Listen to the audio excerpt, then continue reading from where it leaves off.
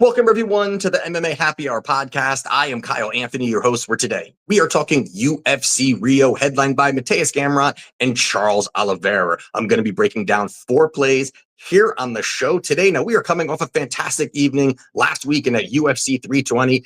Ended up profiting 7.5 units for clients. That's over 13 units over the last 2 events for clients. Really running hot here, but we got to keep it going. No time to celebrate. A lot of events coming up. Gonna finish this year strong. So very excited about that. If you want to become a client, link down in the description. Already have a best bet up right now, 4-unit play, as well as 2 other plays. And again, we'll have, roughly 5 client plays for clients come Saturday. Now, last announcement here is we do have a new sponsor to the show, and it is Caesars Sportsbook. So excited to be a part of that family here, and we are going to be offering different kind of promotions here throughout the next year or so. But right now, for new users, some of you that do not have a Caesars account, if you open up an account, use my link down below or use promo code Mr. UFC 20X. That's MRUFC 20X. And you go in there, deposit $1. You can deposit $10, whatever it may be. But as long as you bet $1 or more on any bet, Caesars will give you back 100% profit boosts each, valuing at $25 max. That is a fantastic offer. I think it's great. For those of you who are new to Caesars, get involved. That link will also be down below as well. So check that out if you are interested. But hey, Caesars, welcome to MMA Happy Hour. Now, with that being said, let's dive into the main event of the evening between Mateus Gamrot and Charles Oliveira. Now, you got Gamrot sitting around -120. On the comeback here, we got Charles Oliveira around -106. Now, this is absolutely a fantastic main event and just an absolutely fantastic stylistic matchup between these two guys. You've got the heavy wrestling approach coming from Gamrot. You've got the elite level grappling and elite level submission game coming from Charles Oliveira. And I think it's just going to really offer up some interesting scrambles, some interesting situations for both of these guys. Now, Gamrot, we know we're getting from this guy. He's a pressure wrestler. He's going to come forward. He's going to look to smother you. He's going to have that chain wrestling and just push you up against the fence, take you down, be repetitive with it, win positionally, and look to really bank rounds. And that's really what he's been able to do very successfully there, where, opponents aren't able to really kind of get him off of him. And he's just going to be relentless with that forward pressure. While it makes that very difficult for certain opponents, Charles Oliveira invites the grappling, as we do know. He prefers it. It's almost like he doesn't even care to be taken down because he's comfortable on his back. He's willing to,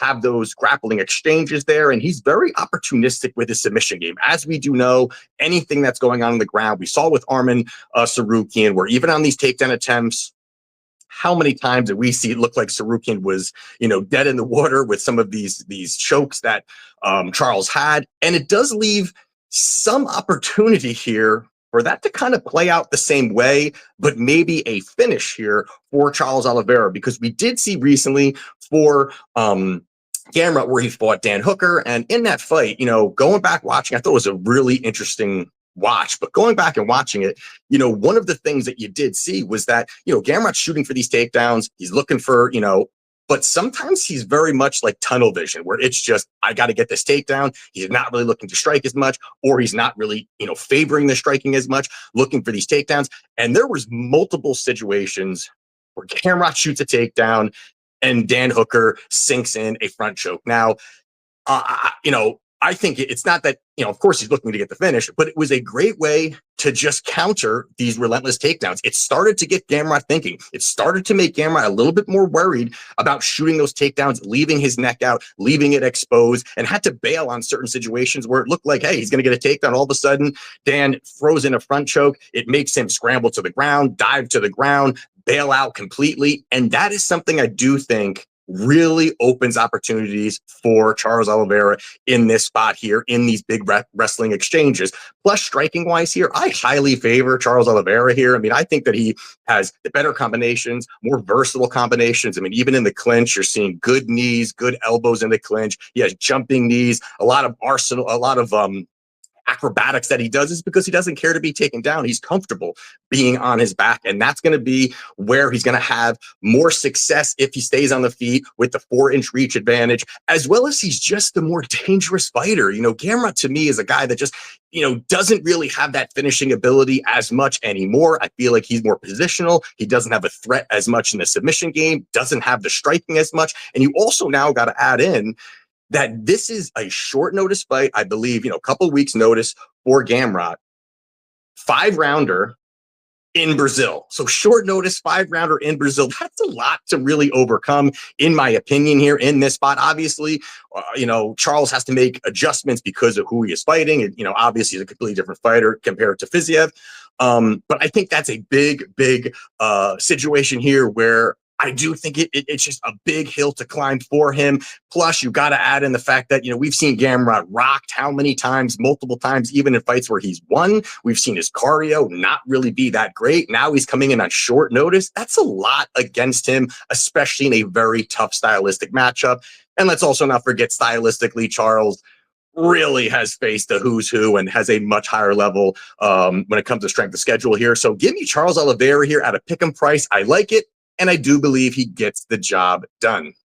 Next one here we're going to talk about is going to be Joel Alvarez. He is minus 550 on the comeback here. We've got Vicente Luque. He is plus 370. Now, this line is wide, and I do believe it's wide for all the right reasons, because you've got Joel, who is absolutely, aggressive fighter. He's going to come forward. He's going to stay in your face. He's a finisher here. He's got 22 victories. All of them come inside the distance with a 100% finish rate. And he also, is a guy that's comfortable anywhere. He's lethal on the ground. He's got a high level submission game, as well as if you also look at, his stand up, he's got power. He's got an ability to put anybody away on the feet, and just having that comfortability of just anywhere the fight goes really makes it difficult to find an opening where he's going to, maybe be weak. And the other part of it is that, Luque is a guy that we all know was a guy that was, fan favorite. He's willing to phone booth fight, stand in the center, throw, stand in the pocket, swing, not really give, what's going to really be happening or really coming his way at all. And that style was working and exciting. And then he faced Jeff Neal, who put an absolute beating on him, a life-changing beating on him, and he had to change his style. And that was really where we all obviously know the story.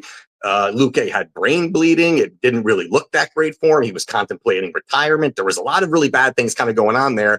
And I think since then, he's really just been a shell of himself. He just has not been the same type of fighter that we've all come to love. And now you've got, Joel Alvarez here, who was really, again, lethal anywhere. And yes, Joel has that submission ability. Most of his wins do come by submission here, but this feels like, to me, a prime spot for Luque to get knocked out. This just feels like this is the spot here. Luque now has really leaned on his wrestling here, and you could think, hey, maybe he's going to lean on it here because he's trying to protect that chin. We've seen him try to protect the chin with that in certain fights here, but I don't think he wants to get involved when you're talking about Joel on the ground. I don't think he wants to get involved with grappling him down there. I think he really doesn't have a shot, to be honest, if he's going to be looking for takedowns.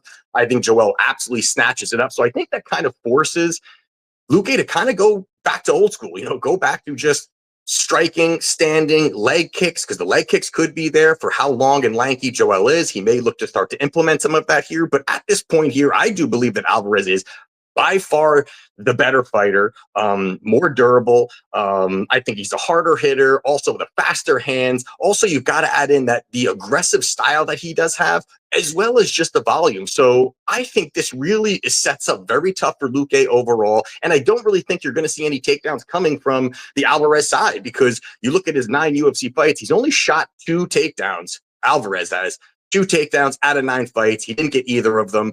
And most of the time it's his opponent, desperately shooting for a takedown, or his opponent kind of getting into these scrambles and these wrestling exchanges here. It's normally not really Alvarez. He just capitalizes on it. That's why, again, I don't think Luque goes that path, because a lot of guys have not found success there against him. And I do think that that's where there's opportunity. Plus, you got to add in the MMA mileage for Luque. This guy's been in wars, battles, all of these things. We know what's going on with that there. Out of his last 5 losses, 3 of them do come inside the distance. For Alvarez, out of his last 4 wins, 3 of them come by knockout. I think that's where this goes here. I do think that Alvarez gets this knockout here. We're looking at plus 155 currently. I love that plus money here. I think he gets the job done, and I think he does it in absolutely brutal fashion. So I'm going Joel Alvarez to get the knockout at plus 155. Next one here we're going to talk about is Michael Aswell. He is minus 145 in the comeback here. We've got Lucas Almeida. He is plus 124. Now, the biggest advantage here for Aswell is absolutely going to be the volume. This is a guy that just pushes a big time pace. He's an aggressive striker. He's going to come forward. He's going to pressure. He's another guy that's going to smother with just absolute volume. And regardless who the opponent is, he's going to fight the same way. He's going to stay in your face. He's going to push that volume out. He's going to believe in his durability and believe he's just going to outland you. And you're either going to melt or he's going to win the scorecards. He's willing to just stand there and throw. And yes, Almeida is also a guy that's willing to stand, willing to throw. But the biggest issue for Almeida is the fact that he is low volume and he's hittable. So it's a bad mix for him because he's fighting a guy who is such a volume output type of fighter here. Currently, you've got Almeida. He also supports a negative striking differential, so he is getting hit a lot more than he is landing. And you also add that, Almeida is a guy that really, just is looking for that big shot. He's willing, he's got good Muay Thai. He's looking for the big shot. He's overthrowing. And that, again, is going to offer up opportunities there for Oswell to just, pick him apart, land the shots. And I think round after round, we have seen, even in the past, you've seen Almeida, fights that he's lost where he's just falling way behind on striking, strikes landed because he's just really just kind of planted looking for that big shot. Almeida doesn't have the footwork that Oswell does have, adding into that volume.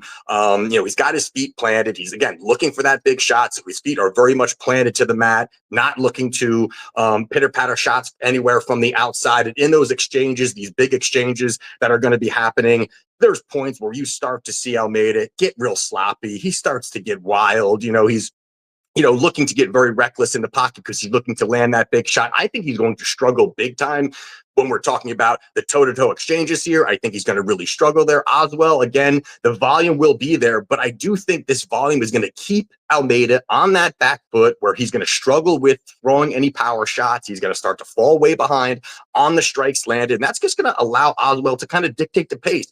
Plus, Oswell's a guy who can push or throw in some wrestling and mix it up a little bit. Keep Almeida, a little bit off balance here, keeping that volume, mixing in the takedowns. I think it's a very tough situation here for Almeida.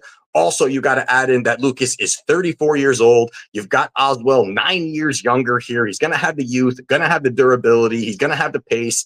I do like Michael Oswell here. It is starting to creep up. That line's getting wider here, but I still think under minus 150 is not a bad price here. I think this could look lopsided win here for Oswell. So I do like him. Michael Oswell minus 145 to get the job done.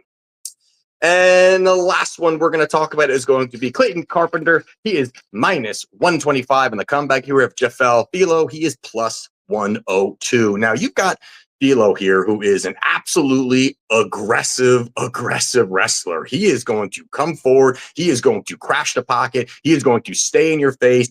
And he's just looking to latch onto you and get you down. And when he does, definitely slick. When you're talking about back takes, very, very slick. He always finds a way to get to the back when he's down there. And if he gets you to the ground, he's going to look for ground and pound. He's going to look for the submission game. And that's really where he has found a lot of his success. Now, the one thing about the thing about Filo is the fact that he is a high-level grappler, but here's another situation where he's just a very extremely low-volume striker. He lands less than 2 significant strikes per minute. That is off the charts bad. Out of his, of course, smaller sample size, 4 UFC fights, but still it's consistent with it. The 2 fights that went 3 rounds, he landed 9 significant strikes and 14 significant strikes. So not really the greatest. He doesn't have that much power overall. And for the most part, he's using his strikes to really cut distance to get his hands on you. And again, if he can get the grappling going, it can work for him. But if he can't, he's really going to struggle there. While Clayton on the other side here, I think is a far more well-rounded fighter. Between these two, he's going to be the better wrestler. And I think being the better wrestler for Carpenter is going to counter a lot of the really good things that Filo does well. And if he's really looking to sell up for takedowns, I do think that the wrestling is going to shine for Carpenter and make this a little bit, of an interesting matchup when on the ground. But I still think that, Carpenter is the better athlete. He's got good scramble ability here. He also is going to be or have the stronger cardio. And we've seen Jafil, he starts to slow down as fights wear on here. And I think that Clayton can find some success where he, as outside of that first round, because of how aggressive Filo is, I do think he's going to find some success. But if this does play out on the feet, I highly favor Clayton in this spot here. He's got the far, better striking, faster combinations, way better boxing. He was also a Golden Gloves champion. Better technical striking overall. And I just think there's a lot that's, on the feet that really favors him if things start to not really go Filo's way, looking for takedowns and making this really much of a grappling matchup here. And Filo, he's a grappler who doesn't really have the best cardio. That's not a good mix normally. Normally, you really have to have the ability to really kind of fuel these takedowns. Not like you have to have Marab's, cardio, but you've got to have some kind of gas tank to kind of push that type of pace here. Again, outside of round one, I think he starts to slow down, and I still think Carpenter is the more well-rounded fighter, has more tools in his arsenal here. And we have seen Filo when he's he's very good on top, but when he's on his back, he doesn't get up. He struggles to get up. And I think that Clayton finds success here. So at -122, give me Clayton Carpenter to get the job done. So there you have it for my plays for UFC Rio. If you want to become a client, link down in the description. Already have plays up, as well as do not forget our new sponsor of the podcast, Caesar Sportsbook. Take a look down below, have the offer down there. And let's keep this profit train rolling. I will see you next week, and let's cash.